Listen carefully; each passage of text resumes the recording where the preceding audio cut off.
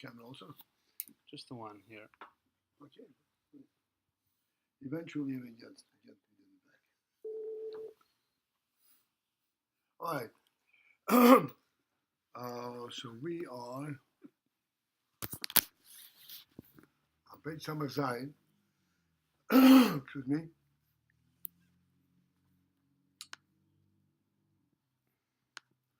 Four lines from the top of the page. Line ends with the word mufshat. And towards the end of that line, there is a close parenthesis. And that is exactly that's where we're going to start, because what is inside this parenthesis we actually skipped in our shir for the time being.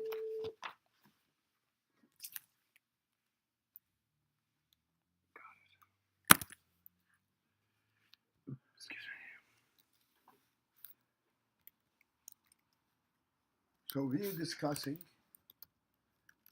the Oifen Habeis, the second function, the second means of the function of the kav. There's a nekuda. The kav emanates from the nekuda.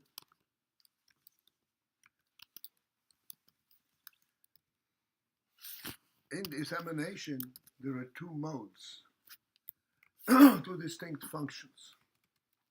The first one is to draw the nekuda down to the point where it can be elaborated on and understood in context of a lower level.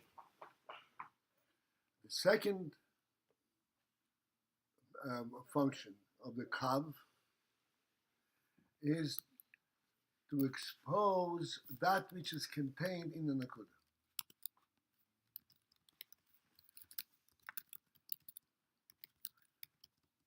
In this function, we said that since this is merely exposing what's contained in the nekuda, thus the kav is formed by all the nekudas, all the points as they've been exposed from the nekuda. That is called a kav, a line, because there are multi points. But since this is merely an exposure from the nekuda, not in elaboration, not bringing it down to context, then that means that all that is exposed is all at the nekuda level, and in the nekuda purity. This is called pshitus and yulius. In other words, it's not taking into account how this is going to be understood on the outside of the nekuda. It's just exposing this is how it is in the nekuda.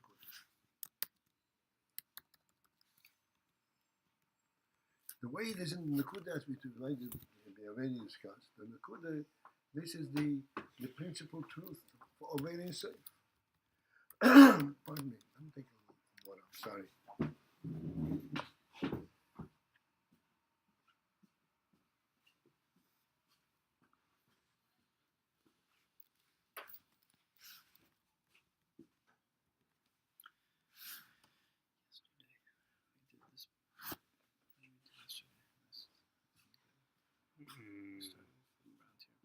I don't know exactly what it was inside, but it had to do with, right, skip the stuff in parentheses.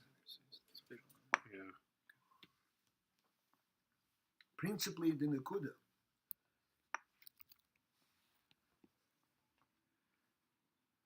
is the initial exposure of the oil as it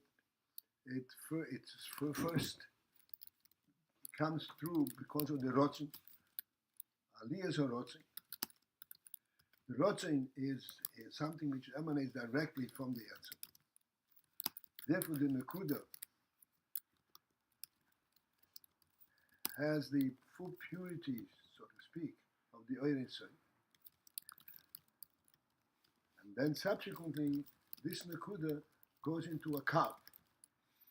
Kav means that, according to in this second level, is that all the context, the content of the nekuda is exposed.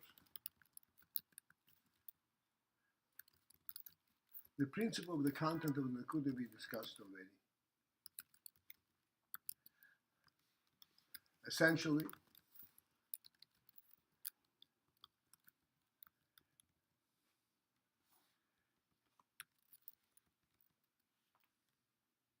that the content of nekuda is a statement that this nekuda has a presence. Anything that has a presence has dimensions, even though nekuda has no dimensions. But inherently, that may be pshitus, there is dimensions. It has a presence. And the exposition of all that is contained, all that this presence represents, this is called the kav.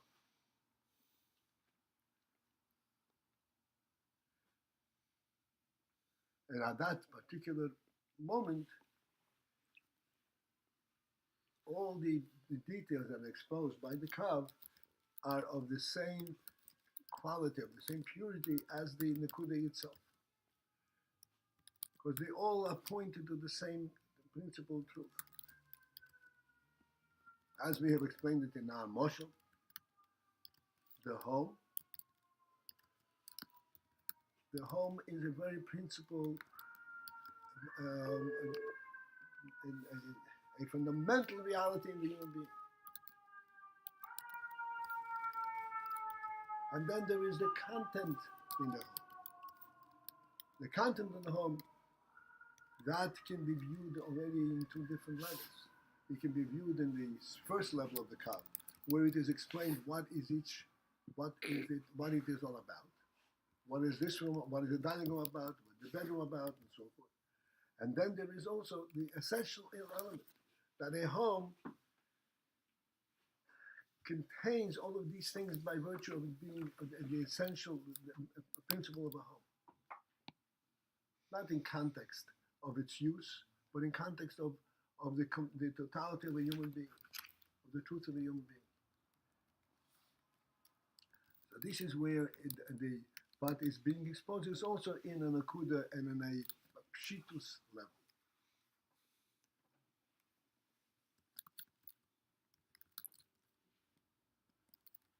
To put it in simple terms, I'd like to make them simple. Just as we say, a human being without a home is not a human being. A home without a bedroom is not a home. Although it has a function, but it is real in its own right. A home without a dining room is not a home. Again, we're talking on a very nekudic, on a principal level. So therefore, this in this version, in this view of the kav, in this function of the kav, what the kav exposes is still in the level of the nekuda itself. It's still pointing to the fundamental reality of the nekuda. Now we're going further.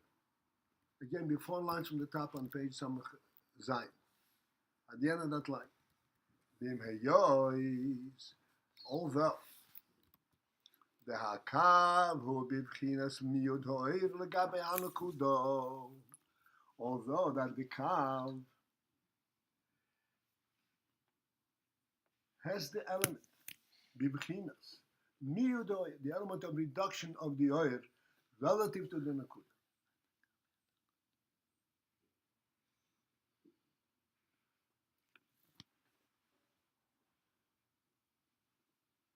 We are saying that which is exposed in the kav is, so to speak, of similarity of the way it is in the nekuda, of the nekuda itself.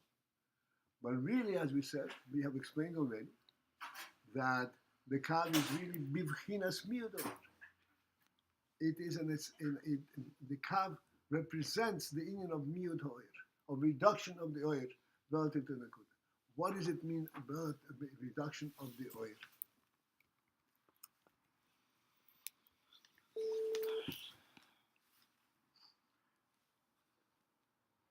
So we already discussed the principle of oir.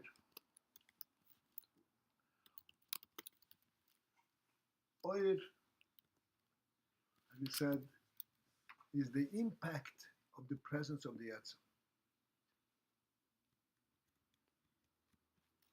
The presence of the human being in his home without doing anything. It has an impact. He is here. Not that he is reacting to anything that's happening, not that he's giving directions or anything, just his presence. This is called oir. The reason it's called oir is very precisely this, that it has an impact without any action, without any consequence. Because it represents the reality of the Atzim itself.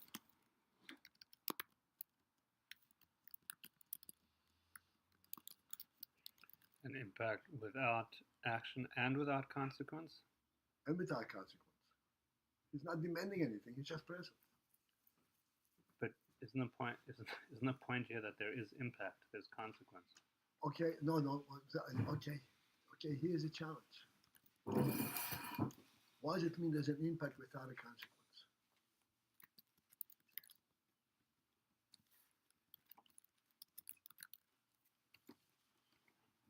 Consequence would mean that he is involved in this function.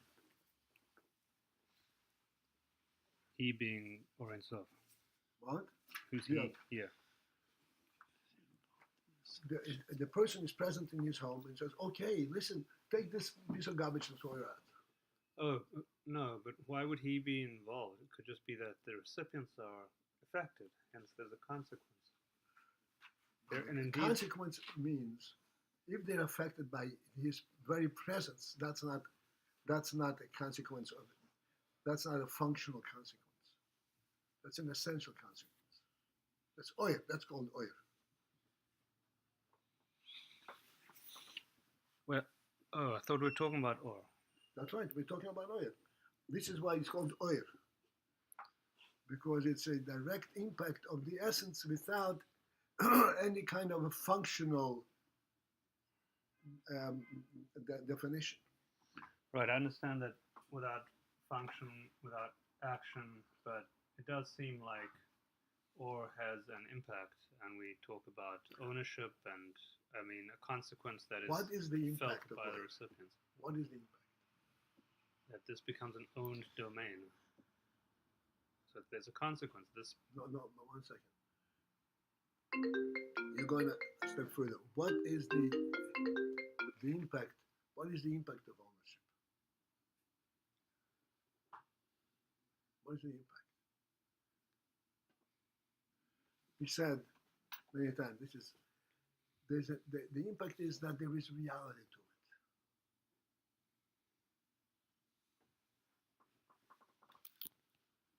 it. The reality of the essence. He is present. So what does it mean he's present? That's all it is. There is no interaction, interrelationship between him and the place where he's present. Okay, so in that sense, there's no consequence. That's right. It's what's called oir. It's a direct impact of his presence. The nekuda has the full impact of this oir. The nekuda is the oir. Where it comes in the form of nekuda. Kav exposes that which is in the nekuda. And the way this exposure takes place is by miyud ha'oir, by reduction of the oir. This is why the content of this nekuda becomes surfaces.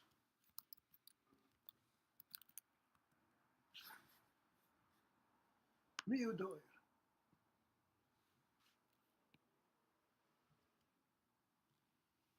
Should I go into the mashal? We have discussed this quite extensively.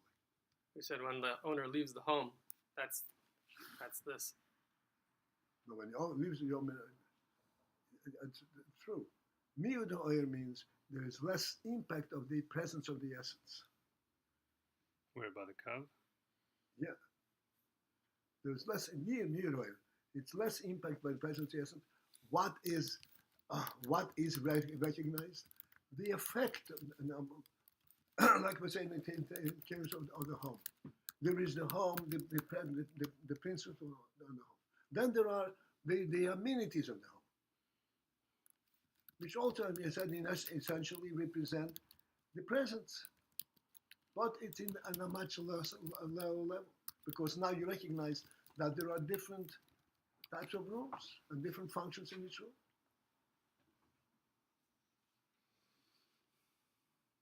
So these functions are become recognized and identified by reducing the effect of the presence itself,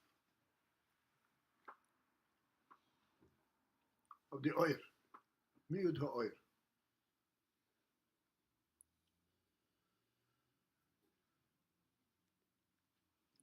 Let's look inside now.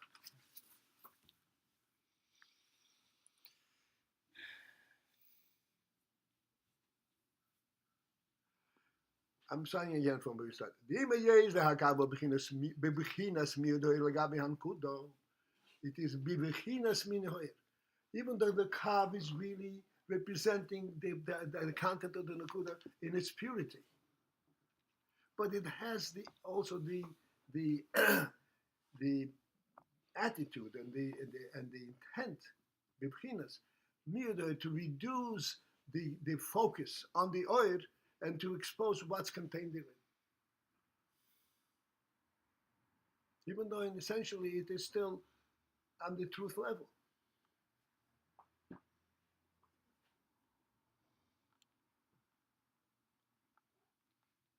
But it has this tendency, bibchinas, miyud hoyer, legabe ha-nekuda, relative to the nekuda. The nekuda is not speaking at all about the content, and talking only about the reality itself. The okav is bibchinas miyud hoyer. It reduces its statement that this is reality, this is the real, this is the essence, and it makes you, and it calls your attention to what it actually is talking about, what is contained in it. Okumation is boil yield perical base, as we explained earlier. Being had tzimtzum, we talked about the tzimtzum b'shoroshe ha'oiros. Excuse me. The tzimtzum, as it is applied to shoroshe ha'oiros, to the roots of the oiros. In other words, tzimtzum in the very root of the oil, not the oil as it is exposed further down, but in the source of the oil, in the root, where the oil is first connected to the source.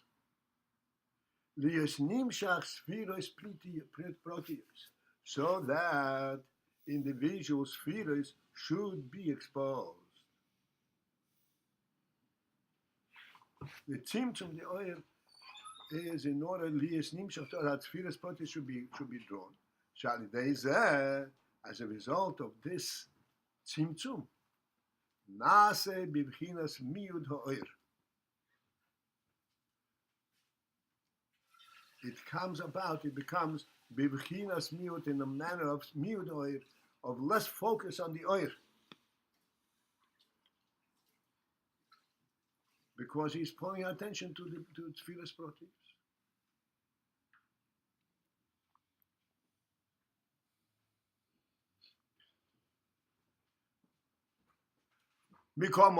And yet still, that even though there is a miyud ha'oyer, yet still, hareze b'bchinas pshitus adayim.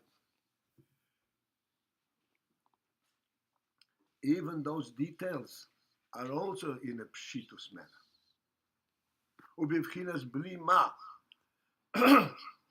and in a manner of blima, without a mahus, without a presence.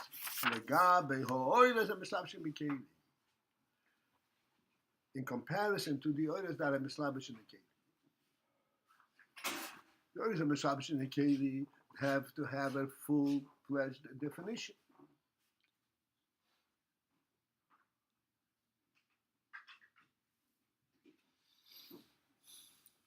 Again, we're going to go back to our moshel because it is a very valid moshel.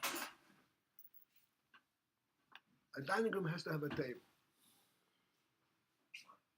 That is what is the definition of a dining room. A table is a place where enables you to eat lunch. But when you're talking the table as part of the necessity of emanating from the dining room, we're not talking about lunch at all. A dining room without a table is a non-entity. It's lacking an essential element in being called a dining room.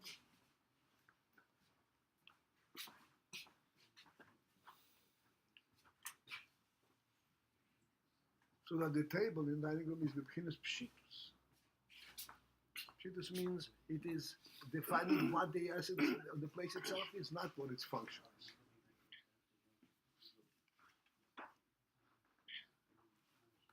Although inherent in that is the function.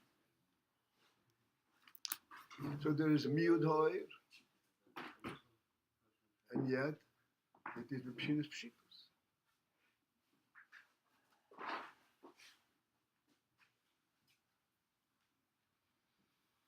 Wait, is miota or I don't know if I heard this, Marshall. There's miota or which implies the functionality, the specificity becomes more apparent. Yet at the same time, there's pshitus. Yep. I mean, if there's miut and there's greater definition, how is there still the same amount of simplicity, right? That's right.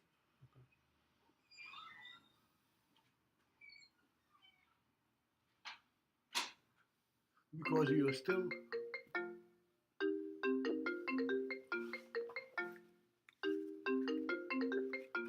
you're still speaking about the sphere or the function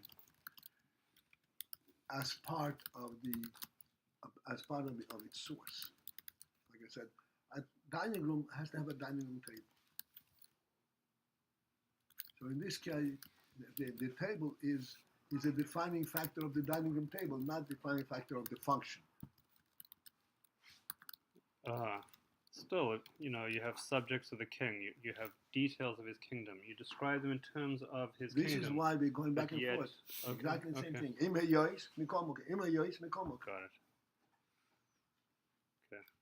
But nonetheless, with all the, so to speak, all the the negation and reduction of the effect of the detail, there is still the initial truth. And with all negation of the initial truth, there is still the exposure of the protein. That's kav. That's kav. And that's specifically the second type of kav, or both of them? This is the second function of as we define the kav. Okay.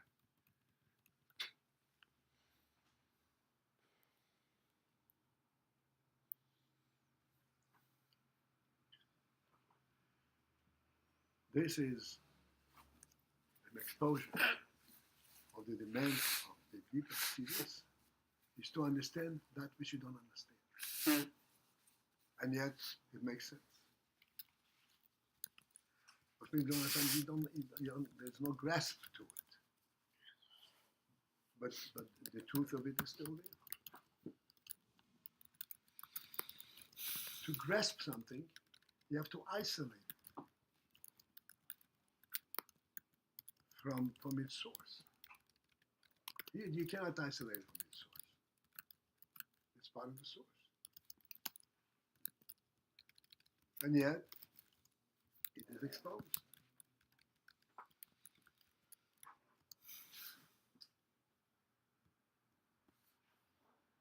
The way it is within the source itself is not exposed. Which is the second function, the second mode of the cup.